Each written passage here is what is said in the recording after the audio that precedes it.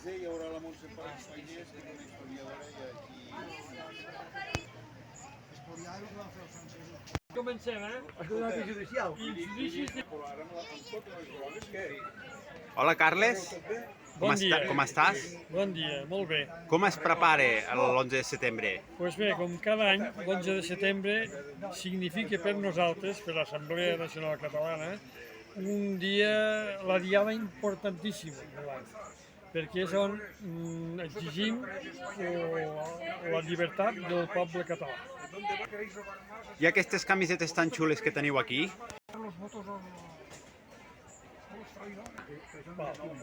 Pues les samarretes, que cada any fem una per la diada aquesta que comentava, per nosaltres, a més de ser un símbol, per nosaltres significa que tothom la porti, que quan se posen centenars de milers de persones a la manifestació de l'11, que es vegi el colorido de la nostra samarreta.